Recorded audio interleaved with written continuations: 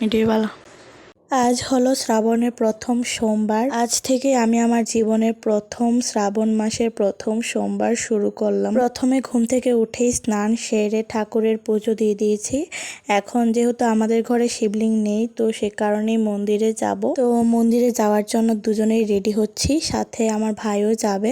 আর বাবা কিন্তু সকালেই মিষ্টি দই, তারপর মিষ্টি সবকিছুই নিয়ে এসছে, মানে পুজোর জন্য যা যা লাগবে আর কি। তো এখন সবকিছু রেডি করে যাচ্ছি মন্দিরে।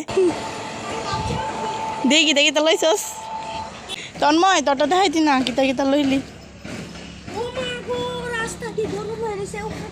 আরে দেখাস না একটু কিতা কিতা লইছস। আচ্ছা চল।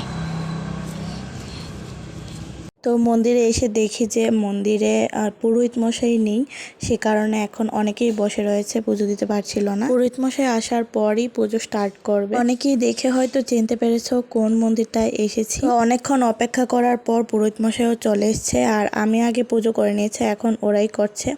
আর এত ভিড় ছিল, তাড়াহুড়ো করে পুজোটা দিতে হয়েছে।